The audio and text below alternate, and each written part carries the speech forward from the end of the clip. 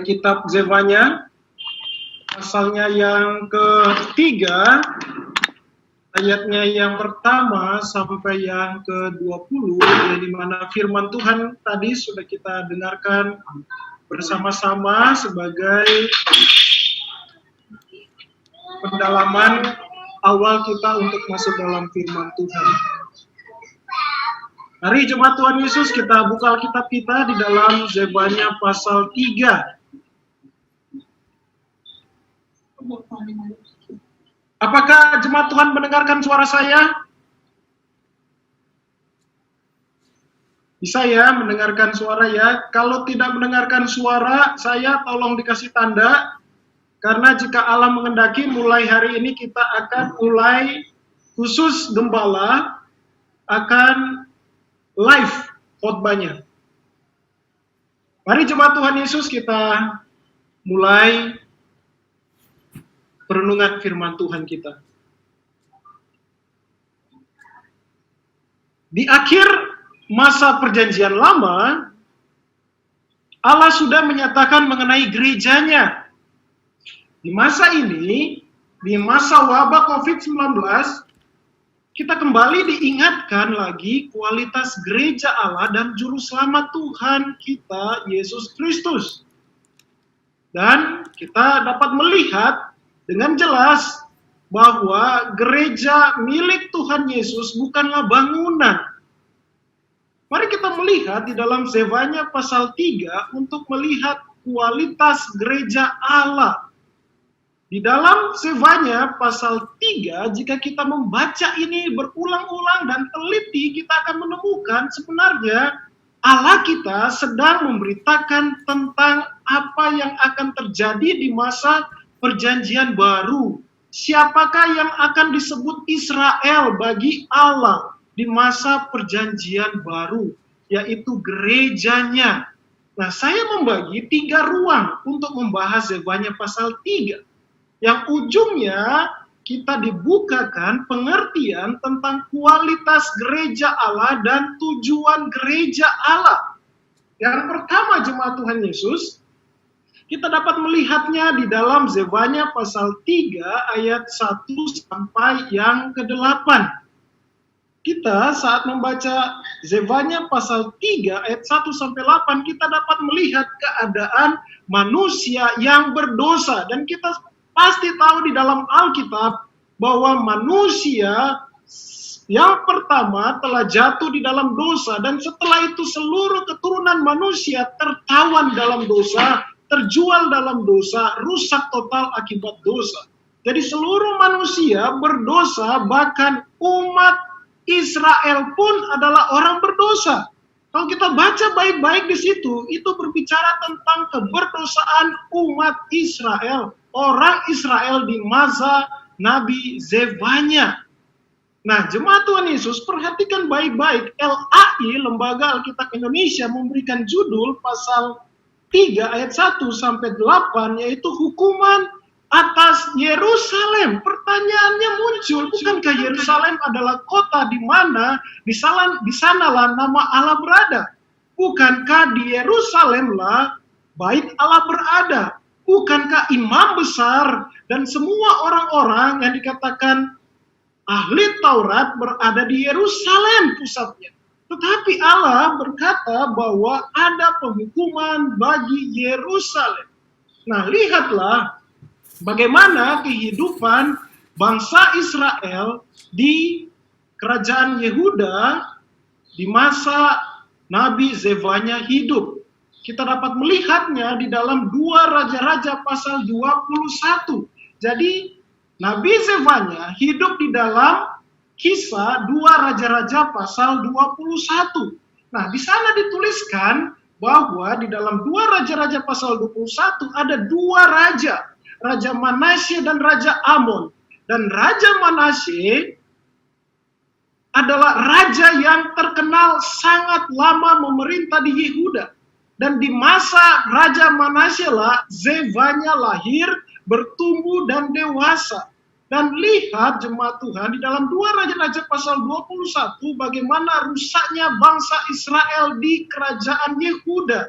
Kita ingat bahwa di masa itu terjadi pemisahan kerajaan Israel Utara, ibu kota Samaria, dan kerajaan Yehuda, dua suku yang ada di sebelah selatan, yang ibu kotanya adalah Yerusalem.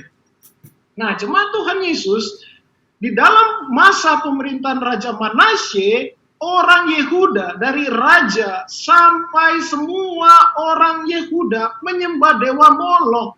Dan apa yang identik dengan dewa Molok ini, yaitu orang yang menyembahnya harus mempersembahkan anak-anak mereka sebagai korban bakaran. Dan itu tidak pernah diminta oleh Allah. Allah tidak pernah meminta bangsa Israel mempersembahkan anak-anak mereka sebagai korban bakaran, tetapi itu dilakukan dengan rela, sukacita. Orang Israel lakukan itu kepada dewa Molok. 55 tahun pemerintahan Manasye, ditambah juga 2 tahun Raja Amon yang itu anaknya Raja Manasye. Jadi totalnya ada 57 tahun bangsa Israel menyembah dewa Molok. Dan tidak terhitung berapa banyak nyawa anak-anak Israel mati sia-sia sebagai korban bakaran kepada dewa Molok. Jadi 57 tahun cukup untuk membuat bangsa Israel, khususnya yang ada di kerajaan Yehuda, dua suku itu hatinya gelap, hatinya jauh dari Allah dan firman Allah. Jadi jemaat Tuhan Yesus, nama Zefanya tidak terlepas dari masa kelam kerajaan Yehuda. Oleh sebab itu tidak heran nama Zefanya artinya Tuhan melindungi.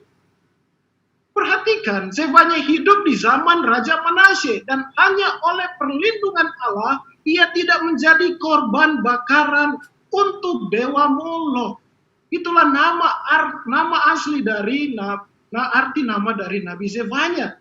Nah, mari kita lihat apakah yang Allah katakan tentang seluruh manusia, termasuk Israel, yang berdosa di hadapannya. Di dalam ayat 1-4, kita dapat melihat hidup manusia yang berdosa. Perhatikan kalimat pembuka ayat yang pertama, celakalah. Jadi semua orang, mulai dari kecil sampai besar, status sosial yang terendah sampai status sosial yang tertinggi, dari semua orang yang tahu Taurat maupun yang belum tahu Taurat, semuanya sudah berdosa. Dan dilanjutkan di dalam ayat yang 5-6, di mana Tuhan masih mau hadir di tengah-tengah orang berdosa. Ia memberikan hukumnya pagi demi pagi. Tetapi perhatikan di dalam ayatnya yang kelima, mereka tetap tidak kenal malu. Mereka tetap lalim di mata Allah.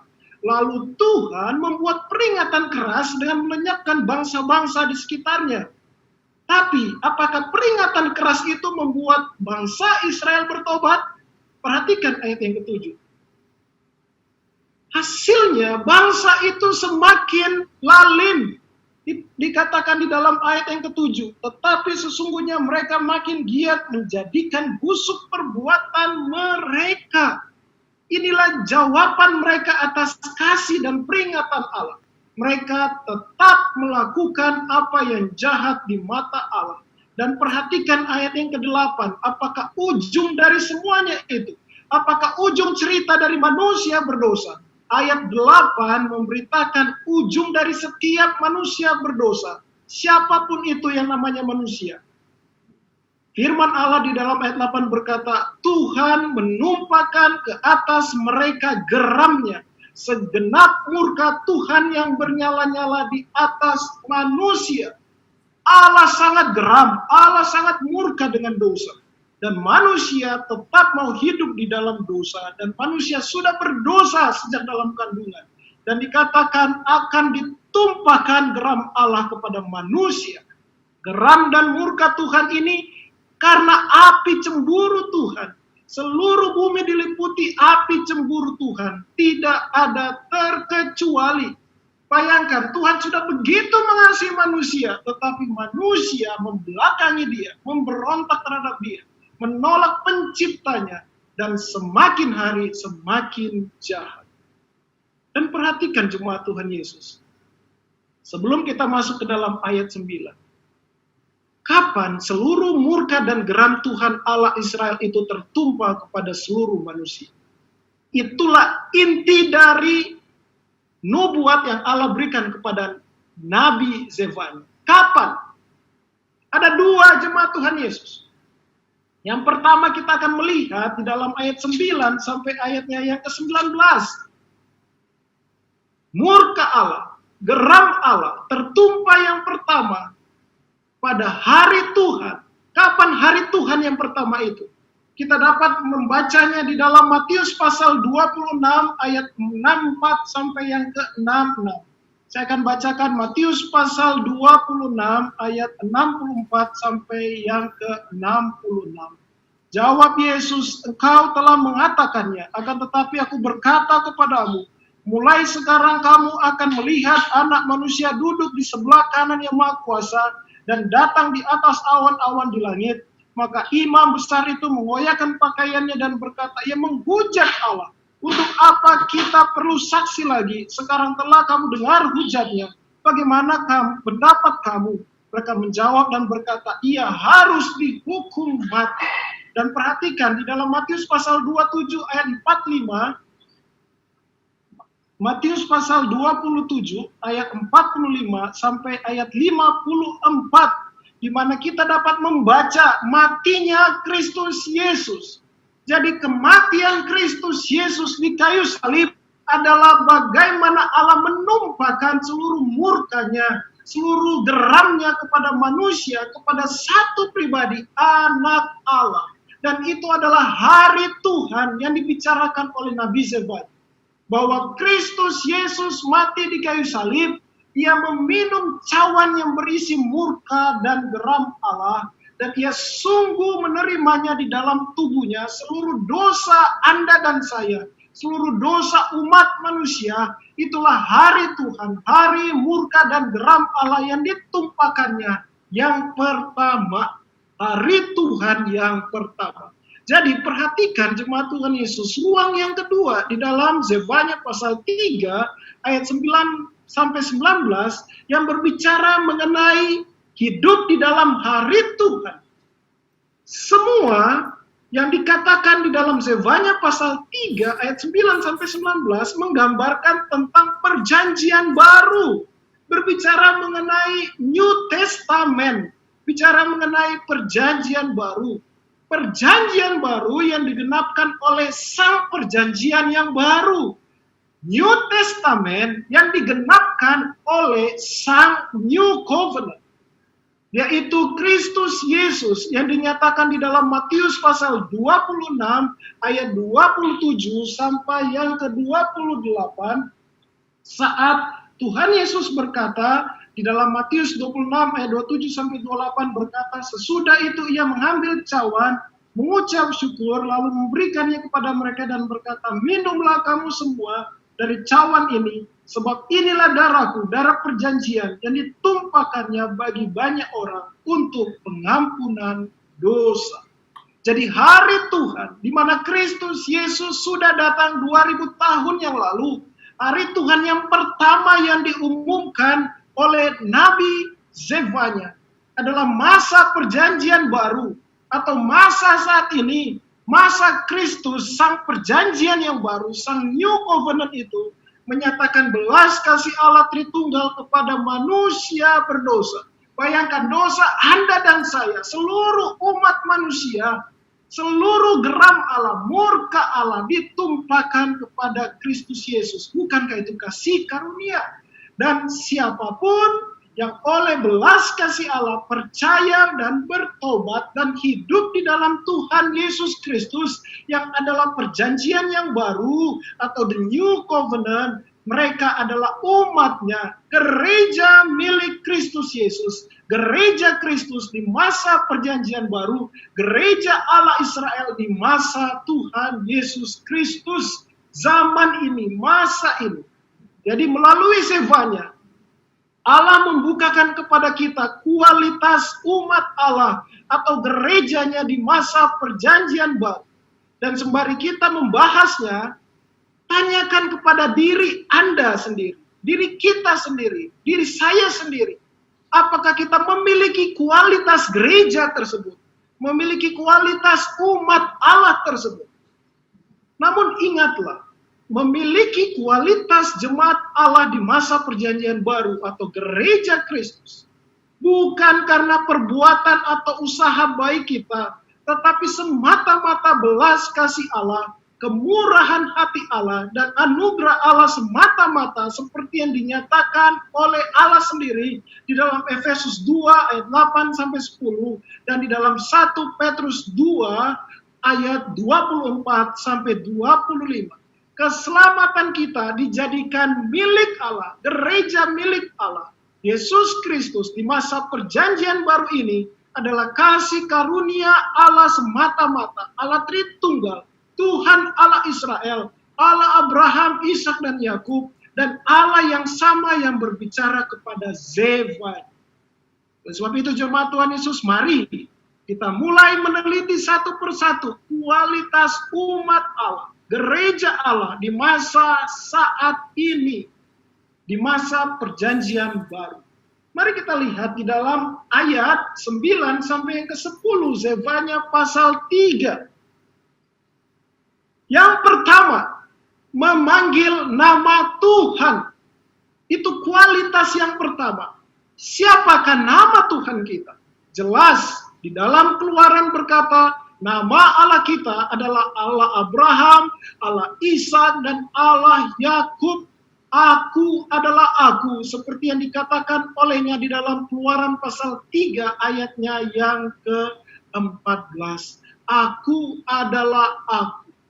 Dan Tuhan Yesus Kristus, seperti yang dinyatakan di dalam Yohanes 15 ayat 16, dan di dalam Filipi 2 ayat 10, ia menyatakan bahwa nama Allah adalah namanya, nama Yesus Kristus. Oleh sebab itu, kita yang percaya kepada Yesus Kristus, kita akan memanggil namanya, kita akan bertekuk lutut di bawah nama Tuhan Yesus Kristus. Setiap hati yang dibaharui oleh Allah Roh Kudus, mereka akan bertekuk lutut di bawah nama Tuhan Yesus.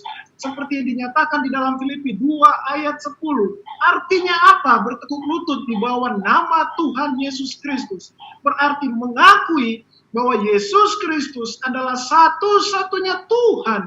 Itulah nama Tuhan satu-satunya. Dan tidak ada Allah lain di hadapan Allah yang hidup. Bukankah itu hukum yang pertama? Yang kedua, jemaat Tuhan Yesus, kualitas yang kedua, beribadah kepada Tuhan bahu-membahu. Masih ingatkah kita hukum kedua? Jangan kamu beribadah dan sujud menyembah kepada Allah lain. Maka dengan demikian, Allah hendak berkata, hanya kepada Allah dan Juru Selamat Tuhan Yesus Kristus, hanya kepadanya kita bersujud, kita menyembah, dan bersama-sama kita akan sujud dan menyembah Tuhan kita. Kita akan bersekutu bersama-sama, bahu-membahu di dalam persekutuan anak-anak Allah, membangun ibadah bersama-sama. Dan kalau kita membaca di dalam Ibrani 10 ayat 23 sampai 25, itulah penggenapan dari Zevanya pasal 3 ayat 9. Saya akan membacakan kepada jemaat Tuhan Yesus apa yang dikatakan firman Allah di dalam Ibrani pasalnya yang ke-10 ayatnya yang ke-23 sampai yang ke-25. Firman Tuhan berkata, marilah kita teguh berpegang pada pengharapan, pada pengakuan tentang pengharapan kita, sebab Ia yang menjanjikannya setia. Dan marilah kita saling memperhatikan, supaya kita saling mendorong dalam kasih dan dalam pekerjaan baik. Janganlah kita menjauhkan diri dari pertemuan-pertemuan ibadah kita, seperti yang dibiasakan oleh beberapa orang. Tetapi marilah kita saling menasehati, dan semakin giat melakukannya, menjelang hari Tuhan yang mendekat. Jadi orang-orang yang dilahirbarukan oleh Allah Roh Kudus, yang adalah milik Bapa, tunduk kepada Kristus Yesus sebagai satu-satunya Tuhan, tunduk kepada kebenaran firman Allah, hidup bersatu dengan sukarela.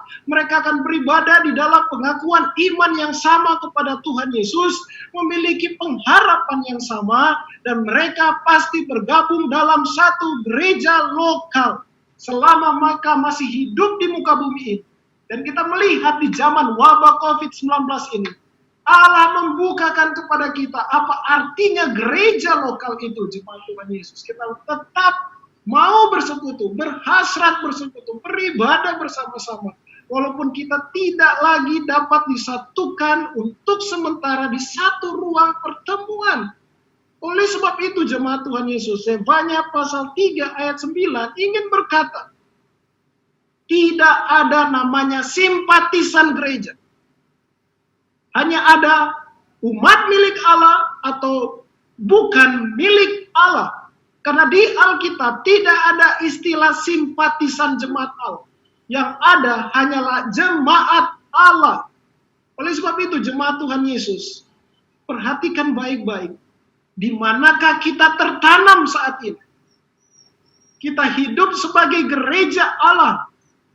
Dan tanyakan baik-baik di dalam hati kita. Adakah orang yang mengaku Kristen sungguh-sungguh tidak memiliki hasrat beribadah bersama-sama anak-anak Allah?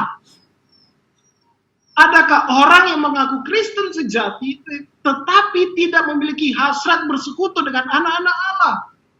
Adakah orang Kristen sejati tidak memiliki hasrat membangun persekutuan dan ibadah dengan bahu-membahu? Anda dan saya yang sudah lahir baru, yang dilahir barukan oleh Roh Kudus, pasti tahu jawabannya. Orang Kristen sejati pasti rindu bergabung bersama-sama, beribadah bersama-sama. Dan buktinya kita masih bisa bertemu walaupun dengan Zoom. Kita mau bersekutu bersama-sama, berhasrat untuk beribadah bersama-sama. Karena kita sudah ditebus, kita sudah dilahir barukan oleh Allah kita. Yang ke-11 jemaat Tuhan Yesus. Kita lihat kualitas gereja selanjutnya, gereja perjanjian baru. Hidup transparan dalam kekudusan Allah. Tidak usah malu akan masa lalu yang berdosa, karena itulah kita. Dan Allah sudah melahir barukan.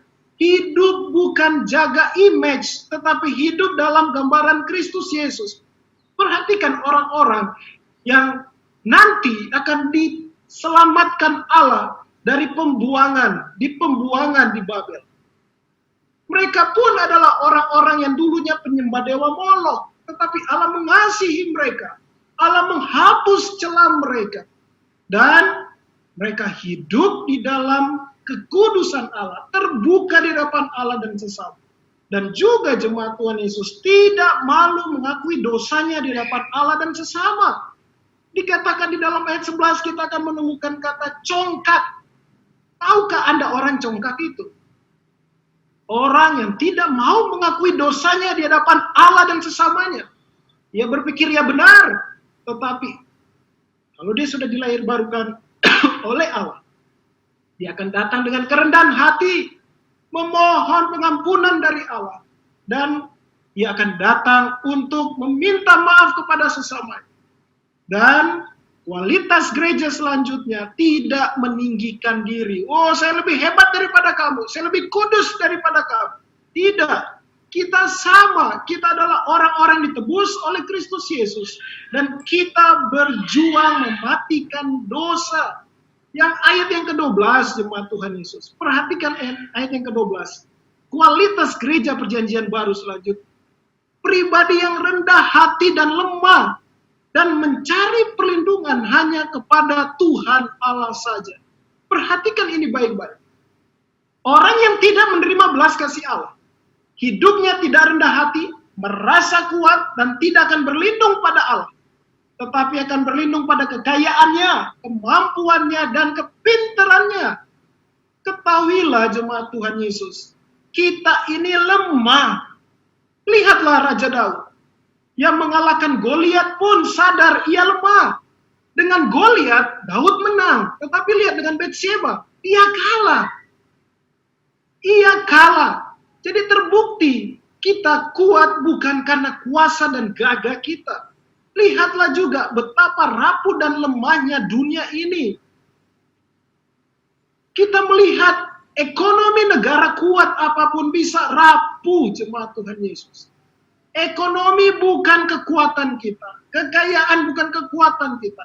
Keuangan bukan kekuatan kita. Kita hanya kuat di dalam Kristus Yesus. Kita kuat jika berada di dalam Kristus Yesus dan firman-Nya. Dan lihatlah jemaat Tuhan Yesus Kristus, bahwa setiap orang yang percaya kepada Kristus Yesus, dia akan selalu berjalan kepada Kristus Yesus dan firman. Oleh sebab itu jemaat Tuhan Yesus, tanyakan baik-baik di hati Anda dan saya. Apakah kita sungguh-sungguh bersandar pada Allah atau bersandar pada pengertian kita? Apakah kekuatan kita, uang, harta, kekayaan, atau tinggal di dalam Tuhan Yesus dan firman-Nya? Kita yang sendiri yang tahu itu. Ayat yang ke-13, jemaat Tuhan Yesus. Di situ dikatakan ada sisa Israel. Israel rohani di masa perjanjian baru. Bangga sebagai bangsa pilihan Allah. Lihatlah Yusuf. Walaupun seorang diri di bangsa Mesir, berstatus budak, ia tidak malu berkata ia orang Ibrani. Ia tidak malu, ia berkata ia keturunan Israel. Itulah identitasnya. Begitu juga dengan kita, jemaat Tuhan. Kita adalah sisa Israel. Kita adalah roh Israel rohani di masa perjanjian baru. Kita tidak akan pernah menyembunyikan identitas kita. Kita akan menyatakan identitas kita sebagai orang Kristen. Tidak malu menyatakan kita orang Kristen. Tidak malu menyatakan bahwa kita bangsa yang dipilih oleh Allah. Dan juga kita tidak hidup sebagai penipu. Artinya apa? Kata penipu di dalam ayat 13 itu. Artinya jika Anda dan saya mengaku orang Kristen, berarti sungguh itu nampak melalui kehidupan kita dan perbuatan kita dan perkataan kita. Bukan menipu di mulut ngaku-ngaku Kristen, tetapi hidup sama seperti dunia ini. Dan semua kesaksiannya sebagai orang Kristen adalah penipuan belaka. Berkata orang Kristen tetapi pikirannya, perkataannya, mimpinya semuanya sama dengan dunia. Dan di dalam ayat 13 kita mendapatkan kata domba. Saya akan bacakan mengenai ayat yang ke-13 itu. Mereka akan seperti domba yang makan rumput dan berbaring dengan tidak ada yang mengganggunya. Jemaat Tuhan Yesus. Domba yang mendengarkan suara sang gembala agung. Mengapa Zefanya menuliskan itu tentang domba? Karena kita adalah umat Allah, domba milik kepunyaannya. Pertanyaannya, mengapa domba itu tenang? Karena domba itu tahu di sekitarnya ada gembalanya. Domba mendengarkan suara gembalanya dan ia tenang. Jika kita anak-anak Allah, kita akan mendengarkan suara Tuhan Yesus kita yang dinyatakan di dalam Alkitab. Kita akan menyedengkan kuping rohani kita kepada firman Yesus Kristus. Dan kita bukan hanya menjadi pendengar yang baik, tetapi melakukannya. Jadi ingat baik-baik, mengapa manusia hidupnya tidak tenang?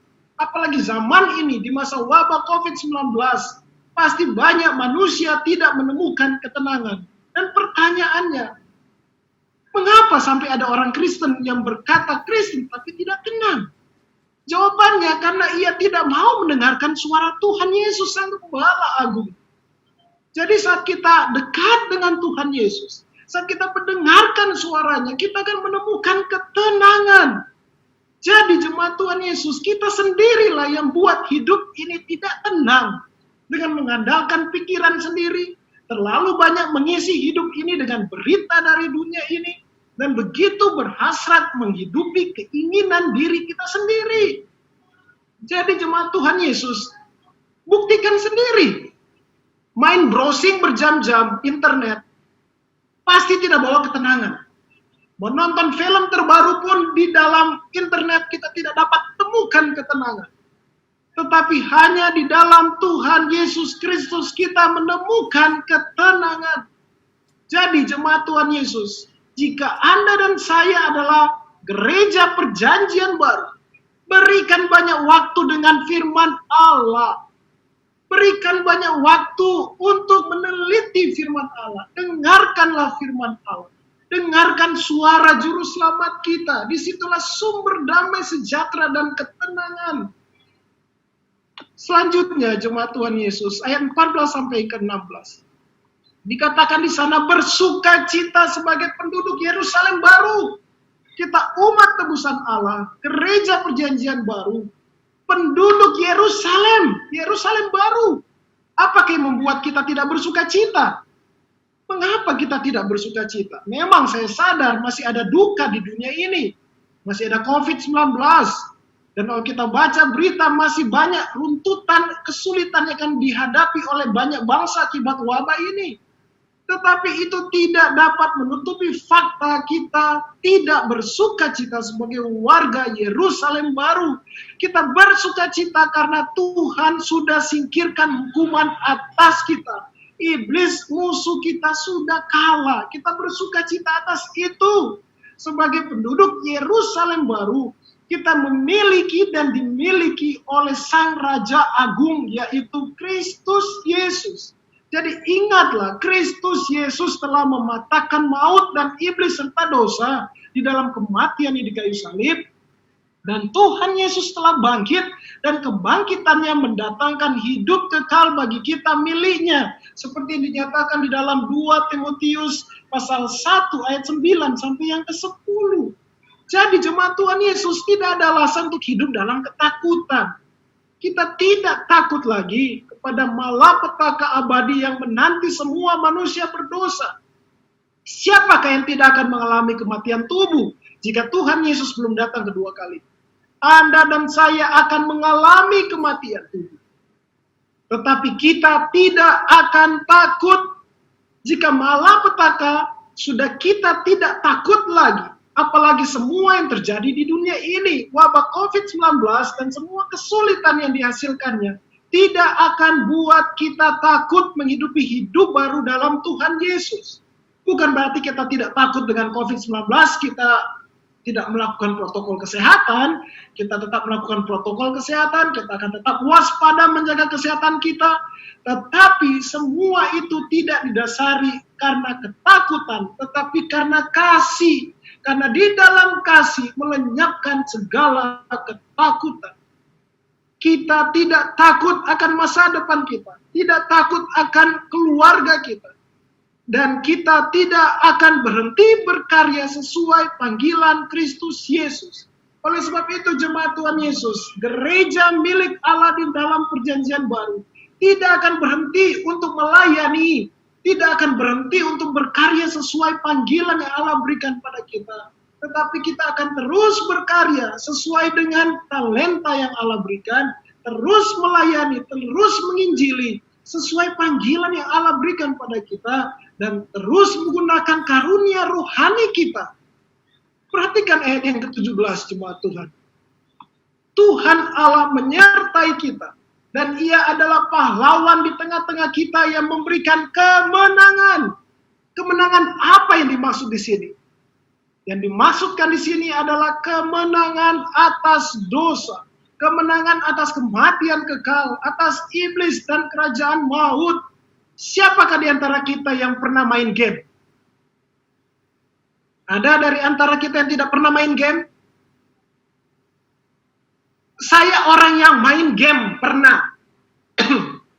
Pertanyaannya, yang pernah main game, apakah karena Anda dan saya Kristen, kita akan selalu menang main game? Saya ingat dulu main Mario Bros. Ada kalanya. Nggak menang terus. Jadi jemaat Tuhan, selama hidup di dunia ini, pasti ada waktunya berhasil, ada waktunya gagal. Ada kalanya menang, ada kalanya gagal. Tuhan tidak bermaksud berkata bahwa sebagai anak-anaknya kita akan selalu menang. Kita tidak akan pernah gagal. Ingatlah, itu aneh jika terjadi. Tetapi jemaat Tuhan Yesus, game yang sepele saja ada menang dan ada kalah. Begitu juga di kehidupan nyata. di tengah-tengah dunia yang sudah hancur oleh dosa ini. Kita akan menghadapi keberhasilan dan kita akan menghadapi kegagalan. Tetapi jemaat Tuhan Yesus, kemenangan atas dosa yang dikerjakan Kristus Yesus bagi kita tetap selamanya dan kekal. Perhatikan baik-baik Raja Manasye, jemaat Tuhan. Jika jemaat Tuhan bisa membaca, ada waktu bisa membaca di dalam 2 Raja-Raja pasal 21, kita dapat menemukan Raja Manasye adalah dapat dikatakan dengan kacamata manusia, ia orang sukses. Ia penuh kemenangan dari sudut pandang dunia ini. Lihat Raja Manasye, ia paling lama berkuasa di tahta Daud, 55 tahun. Daud saja cuma 40 tahun. Tapi Manasye 55 tahun. Bukankah itu sukses? Bukankah juga sukses juga di mana seluruh pegawai istananya, rakyatnya, semua ikut apa yang ia mau, membawa bangsanya sesat menyembah Baal. Bukankah itu sukses dari mata manusia? Tetapi lihatlah kehancuran hidupnya, keterpisahan ia dengan Allah selamanya, dan ia diterkam oleh maut, ia mati di dalam geram dan murka Allah. Jadi jemaat Tuhan Yesus, pikirkan baik-baik. Untuk apa kemenangan atau keberhasilan di dunia ini, tetapi tidak memiliki kemenangan dari Allah Tritunggal, yaitu kebebasan dari maut, dari iblis, dari dosa, dari murka Allah di hidup ini. Untuk apa sukses jika hidup dalam cengkraman iblis? Kemenangan yang diperoleh itu tidak bermakna kekal. Untuk apa mengalami keberhasilan di dunia ini tetapi tanpa pertobatan dan iman percaya kepada Allah dan juru selamat yang hidup satu-satunya Tuhan Yesus Kristus? Jemaat Tuhan Yesus, saya masih ingat pepatah orang Manado. Saya orang Manado. Ada pepatah bilang begini, baru tabai sadiki so lupa semua. Waduh, ngana ini. Baru tabai sadiki so lupa semua. Bahasa Indonesia begini, baru berhasil sedikit saja sudah lupa semuanya. Sudah lupa saat teduh, sudah lupa berdoa, lupa bersekutu dengan sesama anak Allah. Tetapi tidak lupa browsing internet, media sosial. Lupa semuanya tentang Allah. Yang dia ingat cuma uang, pekerjaan, pendidikan, semua yang hal-hal mengenai dunia. Baru tabai sadiki, Tuhan sudah dia lupa. Jadi jemaat Tuhan Yesus, jika Anda dan saya sadar bahwa kemenangan kekal itu adalah keselamatan kekal yang dikerjakan oleh Kristus Yesus, entah kita berhasil sedikit, entah kita gagal, hidup kita akan tetap di dalam firman Allah. Kita tidak akan lupakan kehidupan doa kita. Kita tidak akan lupakan kehidupan kita di dalam perenungan firman Allah. Kita tidak lupakan untuk bersekutu dengan anak-anak Allah. Kita tidak lupa untuk menginjili. Karena itu adalah hidup kita, jemaat Tuhan Yesus. Selanjutnya, jemaat Tuhan Yesus, perhatikan ayat 18 sampai ke 19. Kualitas gereja selanjutnya, Tuhan sudah mengangkat malapetaka.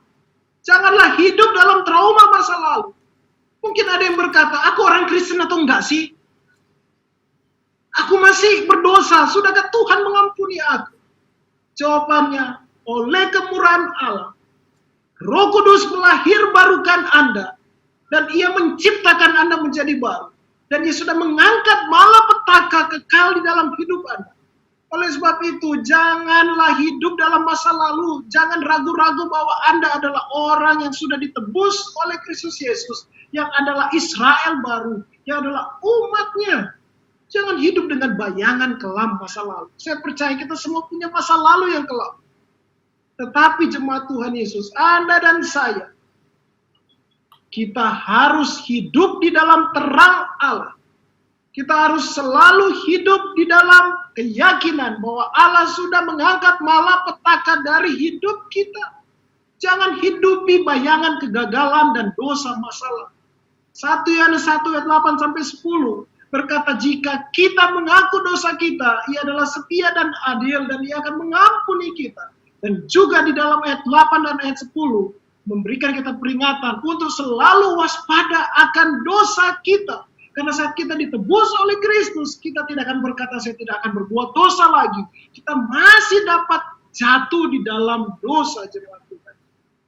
Jadi seorang Kristen sejati, seorang yang adalah gereja milik Allah, tidak akan berdasari apapun di hidupnya saat ini dengan kegagalan masa lalu atau trauma masa lalu, tetapi akan menghidupi sebagai seorang Kristen sejati yang pasti akan selalu hidup waspada dengan dosa. Yang selanjutnya, jemaat Tuhan Yesus, ayat 20. Satu hari nanti akan dibawa pulang ke rumah Bapa. Perhatikan, ini adalah hari Tuhan yang kedua, yang kita tunggu-tunggu. Pada waktu itu aku akan membawa kamu pulang. Jemaat Tuhan Yesus, firman Tuhan ini digenapkan oleh Yesus Kristus sang perjanjian yang baru. Di dalam Yohanes pasal 14 ayat 1 sampai yang ketiga. Firman Tuhan berkata, janganlah gelisah hatimu, percayalah kepada Allah dan percayalah juga kepadaku. Di rumah Bapakku banyak tempat tinggal, jika tidak demikian tentu aku mengatakannya kepadamu. Sebab aku pergi ke situ untuk menyediakan tempat bagimu. Dan apabila aku telah pergi ke situ dan telah menyediakan tempat bagimu, aku akan datang kembali dan membawa kamu ke tempatku, supaya di tempat di mana aku berada, kamu pun berada. Jadi jemaat Tuhan, pada waktu itu, pada hari Tuhan yang kedua, kita akan dibawa pulang ke rumah Bapa. Hidup kita ini punya tujuan, jemaat Tuhan Yesus. Gereja perjanjian baru punya tujuan. Tujuan kita adalah bertemu dengan Bapa dan hidup bersamanya selamanya, bertemu dengan Kristus Yesus. Dan kita akan selalu siap akan kedatangan Tuhan Yesus menjemput kita pulang dan menunggu kedatangannya kedua kalinya dalam kemuliaan. Jadi kualitas gereja milik Allah saat ini adalah gereja yang selalu berjaga-jaga, menantikan kedatangan Tuhan Yesus Kristus kedua kalinya. Dia akan turun dengan segala kemuliaannya, atau ia akan menjemput secara pribadi. Jadi jemaat Tuhan Yesus, apakah Anda dan saya hidup berjaga-jaga setiap hari? Jika Anda dan saya tidak berjaga-jaga setiap hari, maka sebenarnya kita tidak percaya akan hari datangnya Kristus Yesus. Tapi jika kita percaya kepada hari kedatangan Kristus Yesus, kita akan menunggunya dengan setia. Menunggunya dengan iman yang aktif di dalam Tuhan Yesus. Dan pertanyaannya, kemana orang yang bukan milik Allah, yang tidak percaya kepada Kristus Yesus selama kehidupannya, jika ia diberikan hidup oleh Kristus di dunia ini? Bagi yang bukan milik Allah, mereka yang menolak percaya dan bertobat kepada Tuhan Yesus Kristus, akhir hidup mereka di kematian kekal. Mereka menanggung sendiri murka dan geram Allah itu. Mereka menanggung sendiri apa yang adalah dosa mereka. Kristus Yesus datang ke dalam dunia ini untuk menanggung dosa umat manusia, Anda dan saya. Bagi yang tidak percaya kepada Kristus, mereka sendiri yang akan menanggung dosa mereka, murka Allah dan geram Allah. Jadi jemaat Tuhan Yesus, dari sekian kualitas gereja di atas, dan ini yang pasti, kualitas ini pasti ada di setiap anak-anak Allah, Anda dan saya. Sekali lagi, oleh kasih karunia kita diselamatkan oleh Allah Tritunggal yang menyatakan diri dalam Kristus Yesus. Dan kualitas umat Allah, gereja Allah yang telah ia nyatakan kepada Nabi Zefanya pasti akan ada di hidup Anda dan saya yang adalah pengikut Kristus. Jika kualitas itu mulai memudar, bertobatlah. Dan kembalilah kepada kasih Allah yang mula-mula Tuhan Yesus Kristus. Namun, jika tidak ada kualitas itu, bertobatlah Percayalah kepada Tuhan Yesus, terimalah anugerahnya, berilah dirimu didamaikan oleh Kristus Yesus. Hanya di dalamnya ada dan saya diselamatkan dan luput dari murka Allah di dalam kekekalan. Terpujilah Tuhan Yesus Kristus. Amin. Mari kita satu dalam doa. Tuhan Yesus Kristus, Allah yang hidup, Allah yang maha kuasa, terima kasih Tuhan Yesus untuk firman-Mu kepada kami. Bahwa kami adalah milik-Mu, gereja-Mu Tuhan. Dan Engkau mau Bapa, agar kami hidup di dalam standar, di dalam kualitas-Mu. Dan kami percaya itu semata-mata adalah anugerah-Mu Tuhan bagi kami. Tuhan Yesus, jika Allah Roh Kudus menegur kami melalui firman itu, bahwa saat ini kualitas itu mulai pudar. Kami lebih suka memberikan waktu kami dengan internet daripada firman Allah. Lebih suka menghindari firman Allah, lebih suka menghindari persekutuan dengan anak-anak Allah, lebih suka mengandalkan pikiran diri kami sendiri. Ampuni kami Tuhan Yesus, ampuni kami Tuhan. Tuhan Yesus, terima kasih, Engkau mau menanggung dosa kami di dalam tubuh-Mu yang mati di kayu salib. Dan terima kasih untuk kebangkitan. Karena bagi kami yang percaya kepadamu, yang menerima anugerah keselamatan daripada memperoleh hidup yang kekal. Di dalam nama Tuhan Yesus Kristus, Allah yang hidup, kami berdoa. Amin.